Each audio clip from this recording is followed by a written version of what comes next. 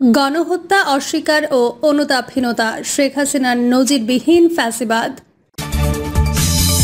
এবং সর্বশেষ জানাবো, আওয়ামী লীগ আসছে 10 থেকে 12 ফেব্রুয়ারি ভোটের লক্ষ্য নিয়ে এগোচ্ছে অন্তর্বর্তী সরকার, নির্বাচন পেছাতে জুজুর ভয়।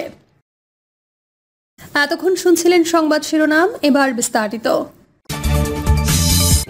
গণহত্যা অস্বীকার ও অনুতাপহীনতা, শেখ হাসিনার নজিরবিহীন ফ্যাসিবাদ। আমি কি অপরাধ করেছি? এই প্রশ্নটি আজ আর কেবল একটি বাক্য নয়, বরং হয়ে উঠেছে এক গভীর রাষ্ট্রীয় ও রাজনৈতিক ট্র্যাজেডির প্রতীক।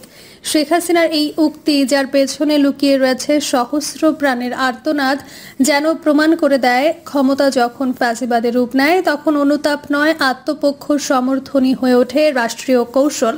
2024 সালের গণ অভ্যুত্থান শুধু একটি রাজনৈতিক ঘটনা ছিল না, এটি ছিল মানুষের সম্মিলিত চিৎকার, অবিচারের বিরুদ্ধে, নিপীড়নের বিরুদ্ধে, ভোট বঞ্চিত রাষ্ট্রের বিরুদ্ধে।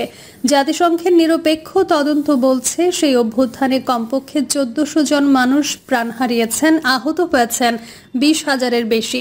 এই পরিসংখ্যান এক দেশীয় বিরোধী দলের দাবি নয়, বরং একটি আন্তর্জাতিক গ্রহণযোগ্য নিরপেক্ষ প্রতিষ্ঠানের গবেষণালব্ধ ফলাফল। তারপরও শেখ হাসিনা ও তার দল সেই হত্যার দায় অস্বীকার করে চলেছেন অনড়ভাবে। তাদের এই অস্বীকারের পথ আজও থামেনি, বরং বিবিসি ও আল জাজিরার মতো আন্তর্জাতিক সংবাদ মাধ্যম যখন একই সঙ্গে ভিডিও চিত্র, প্রত্যক্ষদর্শীর সাক্ষ্য ও স্যাটেলাইট চিত্র দিয়ে হাসিনার সরাসরি দায় প্রমাণ করেছে, তখনও তিনি ও তার সহযোগীরা অস্বীকারকেই বেছে নিয়েছেন। যেভাবে আন্তর্জাতিক গণমাধ্যমের অনুসন্ধান প্রত্যাখ্যাত হচ্ছে, সেভাবে প্রত্যাখ্যান করা হয়েছে জনগণের চেতনা, বিবেক ও বেদনার সমূহ সঞ্চার। এই পর্যায়ে এসে প্রশ্ন উঠতেই পারে, এই অস্বীকার কেন? এই অনুতাপহীনতা কিভাবে সম্ভব? উত্তর খুঁজতে গেলে আমাদের যেতে হয় ইতিহাস আর মনস্তত্ত্বের গভীরে। বিশ্ব ইতিহাসে দক্ষিণ Africa, Rwanda, Canada, Chile, Argentina, Colombia প্রমাণ করে দিয়েছে, ট্রুথ অ্যান্ড রিকনসিলিয়েশন কমিশন কেবল শান্তি ফেরায় না, ফেরায় একটি জাতির আত্মমর্যাদাও। দক্ষিণ আফ্রিকায় নেলসন ম্যান্ডেলা শ্বেতাঙ্গ নিপীড়কদের বিরুদ্ধে প্রতিশোধ না নিয়ে ক্ষমার নীতি গ্রহণ করেন। রুয়ান্ডায় আরপিএফ নেতৃত্ব পল কাগামে ভিন্ন জাতিগোষ্ঠীর গণহত্যাকারীদের বিরুদ্ধে প্রতিশোধ না নিয়ে মাফ ও পুনর্মিলনের পথ দেখান। এমনকি কানাডা পর্যন্ত তাদের শতবর্ষ আগের আদিবাসী নিপীড়নের জন্য দুঃখ প্রকাশ করে আনুষ্ঠানিক ক্ষমা চেয়েছে। বাংলাদেশেও কি সেই পথ সম্ভব ছিল না? প্রশ্নটা এখানেই নয়, সম্ভব ছিল কিন্তু ইচ্ছা ছিল না। বরং শেখ হাসিনা বেছে নিয়েছেন ইতিহাসের ভিন্ন এক ছায়াপথ, যেখানে অনুতাপ নয়, বরং ক্ষমা আঁকড়ে ধরা, ফ্যাসিস্ট বয়ান তৈরি করা এবং সত্যকে অস্বীকার করাই হয়ে ওঠে রাষ্ট্র চালনার মূল মন্ত্র। এই পথ পলপটের, মুসোলিনির এবং আধুনিক পৃথিবীতে যে কোনো অনুতাপহীন স্বৈরশাসকের। বিভাজনের রাজনীতি শেখ হাসিনার সবচেয়ে সফল রাজনৈতিক কৌশল। তিনি মুক্তিযোদ্ধা বনাম রাজাকার, দেশদ্রোহী বনাম দেশপ্রেমিক, জঙ্গিবাদ বনাম উন্নয়ন, এইসব কল্পিত দ্বন্দ্ব সৃষ্টি করে জাতিকে দুই ভাগে বিভক্ত রেখে নিজের রাজনীতিকে স্থায়ী করতে চেয়েছেন। কিন্তু এই বিভাজন প্রতিদিন বাংলাদেশকে দুর্বল করছে। রাজনৈতিক প্রতিষ্ঠানগুলো দুর্বল, বিচার ব্যবস্থা পক্ষপাতদুষ্ট, মানবাধিকার লঙ্ঘিত। আর এই ফাটল জোড়া দিতে পারত একটি ট্রুথ অ্যান্ড রিকনসিলিয়েশন কমিশন, যা শেখ হাসিনার রাজনৈতিক মানসিকতায় একেবারেই অনুপস্থিত। এখন প্রশ্ন উঠছে, আওয়ামী লীগ কেন অনুতপ্ত নয়? কেন তারা স্বীকার করে না 2024 সালের দমন পীড়নের দায়? উত্তর পাওয়া যায় মনোবিদ লিওন ফেস্টিঞ্জারের কগনিটিভ ডিসোনেন্স তত্ত্বে। তার মতে, মানুষ যখন নিজের আচরণকে যৌক্তিক করতে পারে না, তখন সে নিজেই নতুন যুক্তি তৈরি করে, যাতে তার অযৌক্তিক আচরণকে যৌক্তিক প্রমাণ করা যায়। ক্ষমতা, লোভ, দুর্নীতি, হিংস্রতা সবকিছুই তখন দায়িত্ব, রাষ্ট্রীয় প্রয়োজনে কিংবা অভ্যন্তরীণ ষড়যন্ত্র প্রতিরোধের নাম পায়। এই মনস্তত্ত্বের ভিত্তিতে আজ আওয়ামী লীগের সমর্থকেরা হুবহু সেই আচরণ দেখাচ্ছে। যতই তথ্য আসুক, যতই প্রমাণ আসুক, তারা বিশ্বাস করছে না, বরং উল্টো গুজব ও প্রোপাগান্ডা ছড়াচ্ছে এবং হাসিনার নেতৃত্বকে ভগবানের মতো অন্ধভাবে অনুসরণ করছে। এটাই ফ্যাসিবাদী রাজনৈতিক সংস্কৃতির মৌল বৈশিষ্ট্য। জার্মান মনোবিশ্লেষক উইলহেম রাইখের ভাষায় এ হলো ম্যাস সাইকোলজি অফ ফ্যাসিজম, যেখানে জনগণ নিজের দুঃখ বেদনা ভুলে স্বৈরশাসকের প্রতি এক ধরনের মোহে বাধা পড়ে যায়। আরেক মনোবিজ্ঞানী অ্যালবার্ট বান্দুরা এর নাম দিয়েছেন মোরাল ডিসএঙ্গেজমেন্ট, যেখানে হিংস্রতাই হয়ে ওঠে দায়িত্ব এবং বিচারহীনতাই হয়ে ওঠে রাষ্ট্রনীতি। ফলাফল কি? ফলাফল হলো 1 বছরের মাথায় আমরা দেখি না কোনো অনুশোচনা, দেখি না কোনো স্বীকারোক্তি, দেখি না কোনো শুদ্ধি অভিযানের নামগন্ধ, বরং দেখি নতুনভাবে ক্ষমতায় ফেরার জন্য দলটির সর্বশক্তি প্রয়োগ, দেখি ইতিহাস বিকৃতি, দেখি নিজেরা নির্যাতিত বলে জাহির করা। দেখা যায় না কেবল একটি জিনিস, সত্যকে মেনে নেওয়ার সাহস।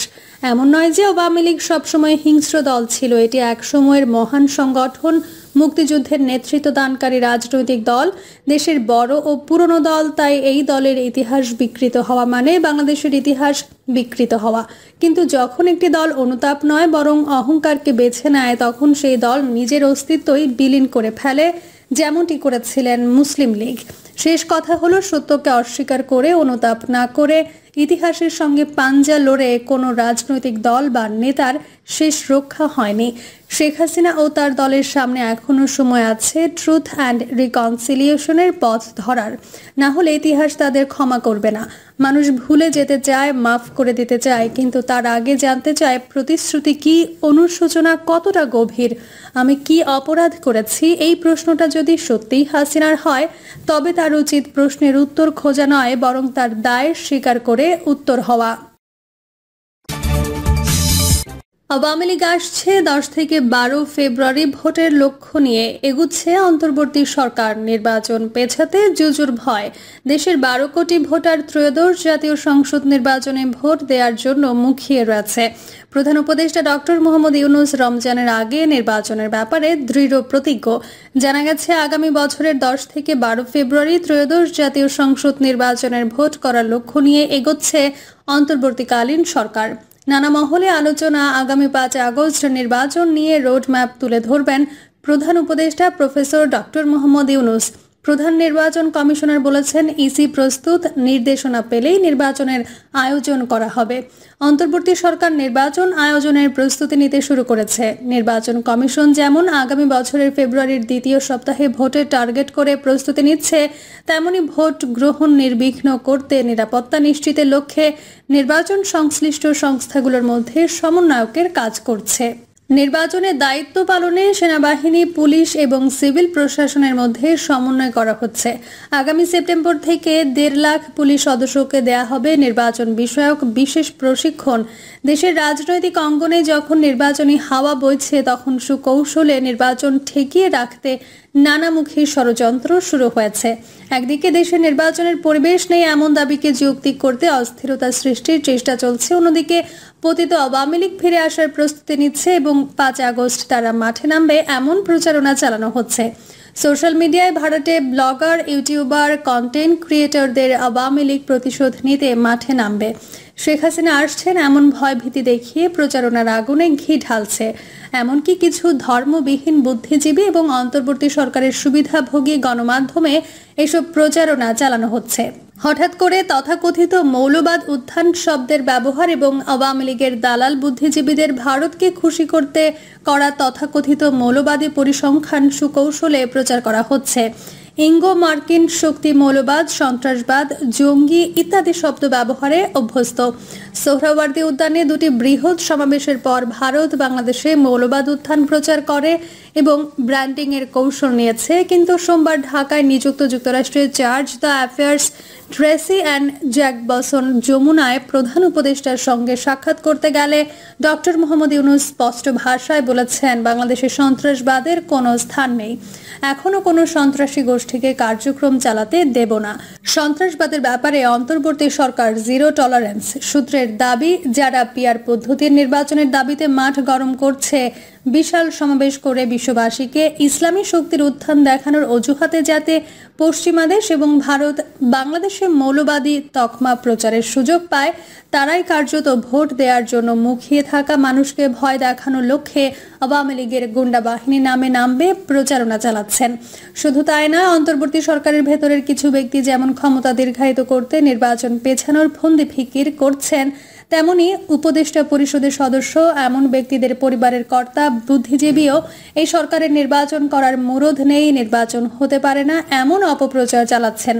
জাতীয় পার্টির চেয়ারম্যান জিএম কাদের গত 28 জুলাই এক বিবৃতিতে অভিযোগ করে বলেছেন, অন্তর্বর্তী সরকারের ঘনিষ্ঠজনরা এখন এই সরকারের অধীনে নির্বাচন দেওয়ার সক্ষমতা নিয়ে প্রশ্ন তুলছেন।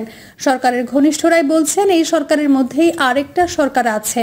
সরকার ঘনিষ্ঠরাই বলছেন এই সরকারের নির্বাচন দেওয়ার সক্ষমতা নেই। তারাই বলছেন বর্তমান সরকার নিরপেক্ষ নয়। জাতীয় ঐক্যমত্য কমিশনের কার্যক্রম শুরুর পর হঠাৎ করে প্রচলিত পদ্ধতির নির্বাচনের বিরোধিতা করে সংখ্যানুপাতিক পদ্ধতি নির্বাচনে দাবি তোলা হয়।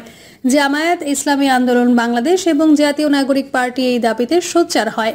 বিএনপি সহ কিছু দল এই দাবির বিরোধিতা করে সরাসরি জনগণের ভোটে এমপি নির্বাচনের দাবিতে অটল থাকে। কিন্তু পতিত আওয়ামী লীগকে পিআর পদ্ধতির নির্বাচনের মাধ্যমে কেন সংসদে ফিরে আনতে চায়, এ নিয়ে সন্দেহের সৃষ্টি হয়। প্রিয় দর্শক, এই ছিল এখনকার সর্বশেষ সংবাদ। আপডেট সব সংবাদ পেতে চ্যানেলটি সাবস্ক্রাইব করে বেল আইকনটি ক্লিক করে রাখুন।